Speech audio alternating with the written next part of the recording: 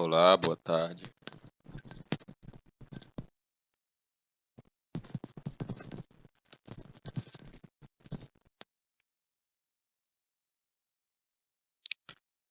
Olá, caros alunos. Hoje nós vamos iniciar a disciplina Geografia Econômica. Eu sou o professor Zé Luiz de Carvalho Bueno. E nessa aula inicial nós vamos estar apresentando a disciplina e o professor. Então, o professor Zé Luiz de Carvalho Bueno, ele é licenciado em Geografia pela Universidade Federal do Piauí. Ele é especialista em Geografia Humana pela Pontifícia Universidade Católica de Minas Gerais. Ele tem especialização em Geografia pela Universidade Federal do Piauí, tem mestrado em Desenvolvimento e Meio Ambiente, também pela Universidade Federal do Piauí, e é doutor em Urbanismo pela Universidade Federal do Rio de Janeiro.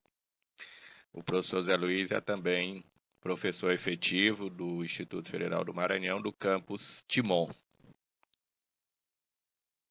E nessa disciplina a gente vai ter como elemento central a nossa disciplina. Ela traz como ementa a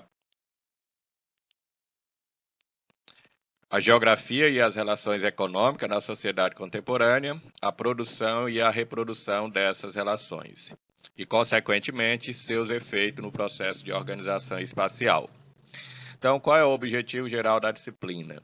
Analisar as transformações espaciais desencadeadas pelas relações econômicas, a localização e a organização dessas atividades. Na verdade, seria a gente entender como que as relações econômicas entre os países, por meio da divisão internacional do trabalho, das trocas comerciais, das questões econômicas e políticas, interfere na questão da localização e organização dessas atividades para que alguns países possam sobrepor-se em relação aos outros.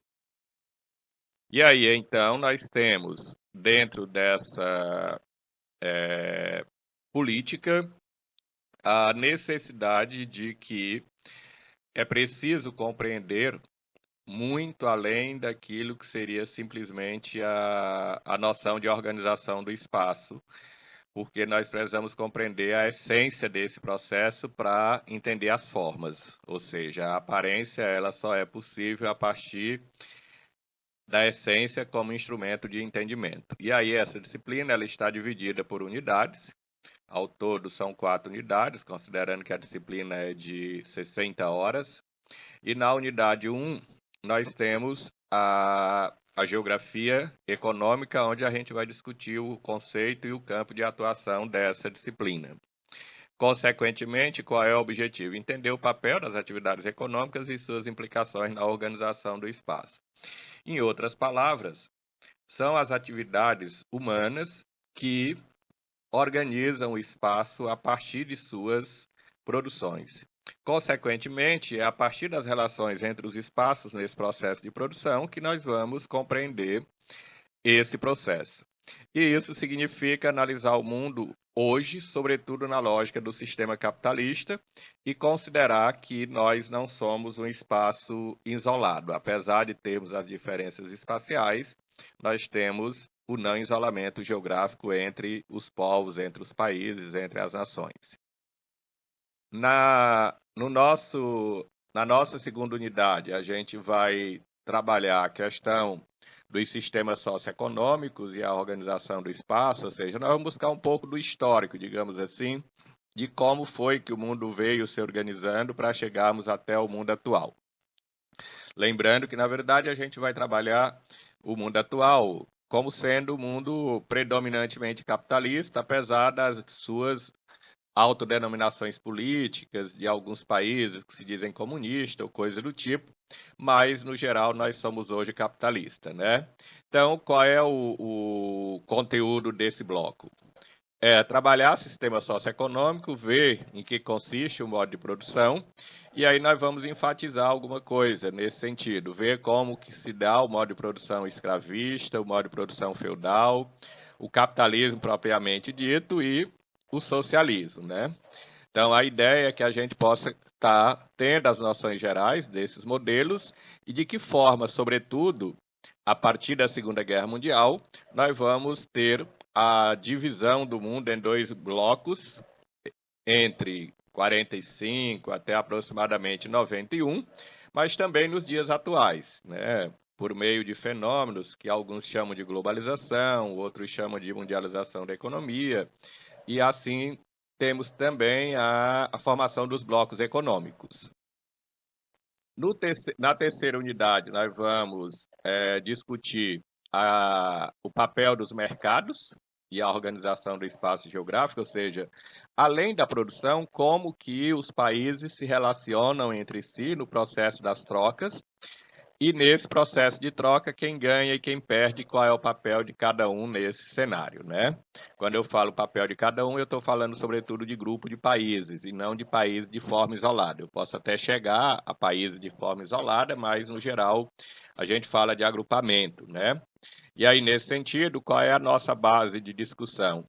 É entender como que funciona a divisão internacional do trabalho dentro do mercado capitalista, sobretudo, porque é uma característica desse processo produtivo, compreender como que o capitalismo evoluiu ao longo do tempo, o capitalismo comercial, industrial, financeiro, ou até chegar ao que a gente chama hoje de meio técnico, científico, informacional, pegando a linguagem do Milton Santos, ver como que o socialismo, que foi uma discussão e talvez até uma tentativa de adoção de um modelo que contraria o sistema capitalista ao longo do século XX, que não deu certo, né, nos países que adotaram por algumas razões que talvez a gente vá discutir lá na frente. E, consequentemente, nós vamos perceber que o sistema capitalista ele se tornou um sistema dominante.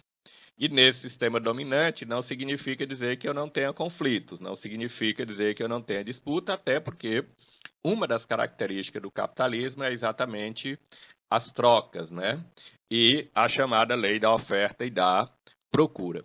Consequentemente, nós temos, a partir daí, a necessidade de perceber e entender como que os espaços e as pessoas se organizam nesse mundo no sentido dos mercados trocarem entre si, consequentemente, vamos descobrir quem leva vantagem, quem leva desvantagem, por que uns países dominam, outros são dominados. E, por fim, na unidade 4, nós vamos trabalhar a questão dos modelos de produção. Quando a gente fala modelo de produção, nós estamos falando exatamente de um processo de evolução dentro do sistema capitalista, em que essa produção ela pode ser discutida à luz do processo de mundialização ou globalização da economia e o seu efeito na organização do espaço. Lembre-se que nós estamos o tempo todo voltados para essa questão da organização do espaço, porque constitui o objeto da nossa disciplina, né, ou do nosso campo do conhecimento, que é a geografia. E aí, então, qual é o objetivo dessa unidade? Analisar as mudanças nos processos produtivos e seus efeitos nas relações comerciais globais e na organização do espaço. Para isso, nós vamos ver como que se organiza uma produção no modelo fordista, no modelo taylorista, no modelo toyotismo, que também pode ser chamado de modelo flexível. É preciso, então, estudar as relações espaciais por meio da mundialização da economia e da globalização. É preciso entender como se organiza as organizações ou as atividades produtivas no mundo, tanto industrial quanto financeira, e, consequentemente, nós vamos chegar num processo de organização do mundo por meio dos fenômenos da globalização, assim como da formação de blocos econômicos, que a gente vai discutir na última unidade. Vamos entender o que é cada coisa e compreender se são fenômenos antagônicos ou complementares. E aí, então, qual é a nossa estratégia de ensino? É que vocês possam estar aproveitando, né, os materiais que a gente está disponibilizando para vocês dentro do ambiente AVA, ok? A avaliação ela ocorre por meio do desenvolvimento das atividades propostas, ou seja, dentro da própria organização do curso, vocês já têm os modelos avaliativos, né? E, portanto, nós vamos seguir todo esse itinerário e a ideia é que as crianças possam estar fazendo aí todas as atividades para que não tenhamos nenhum processo de parada para ninguém nessa disciplina. Os recursos que nós vamos disponibilizar nessa disciplina são todos expostos para vocês ou disponíveis, né, e no ambiente AVA. E aí nós vamos trabalhar com slides estáticos, com textos complementares, com link para sugestão de leituras e roteiro de atividade. Lembrando que eu não coloquei aqui, mas nós também vamos colocar um link para vocês assistirem um pequeno vídeo, um pequeno filme sobre cada uma das unidades para que vocês possam ter uma amplitude do conhecimento com essa ferramenta, tá bom? Por fim, nós temos as nossas referências, que é a referência do plano de curso. Nas unidades, nós vamos fazer uma referência específica para que nós possamos mergulhar com mais especificidade dentro desse processo. E aí, quando se fala do mundo globalizado e o Barbosa traz a questão da economia, da sociedade e da política, ele vai, na verdade, tentar mostrar que essas três dimensões elas são componentes de um processo intitulado aí de globalização. O Chesnay ele vai trabalhar a questão da mundialização do capital e ele vai trazer a ideia de que, na verdade, talvez seja mais interessante se falar em mundialização do capital do que em globalização. Sobretudo porque esse processo ele não gera inclusão na sua totalidade, ele gera muita desigualdade. Por isso que o Milton Santos vai produzir um outro olhar sobre a globalização, que ele chama de por uma outra globalização, do pensamento único à consciência universal. Na verdade, o Milton Santos vai dizer, olha, há um processo ideológico nessa construção do fenômeno da globalização para que as pessoas não percebam quais os caminhos subterrâneos que estão subjacentes nesse processo. E aí nós temos o Hunt aí e o Sherman com a questão da história do pensamento econômico no sentido de mostrar como que as atividades econômicas, como que o pensamento clássico da economia vai se organizando para dar suporte do ponto de vista teórico e científico ao modelo capitalista de produção. E, por fim, ele traz o texto de Oliveira, né, que vai mostrar de que forma o modelo toyotista entra no Brasil, né? E esse modelo toyotista, que é o modelo da automação de produção, da flexibilidade, ele chama de desencantamento da fábrica, de envolvimento e resistência. Na verdade, ele vai mostrar que aquela fábrica moderna, ou melhor, a fábrica tradicional que a gente tinha, o sujeito se especializando, ele vai ter um momento com o toyotismo de mudança nesse perfil, por isso que ele fala de resistência. E aí, então, a gente fecha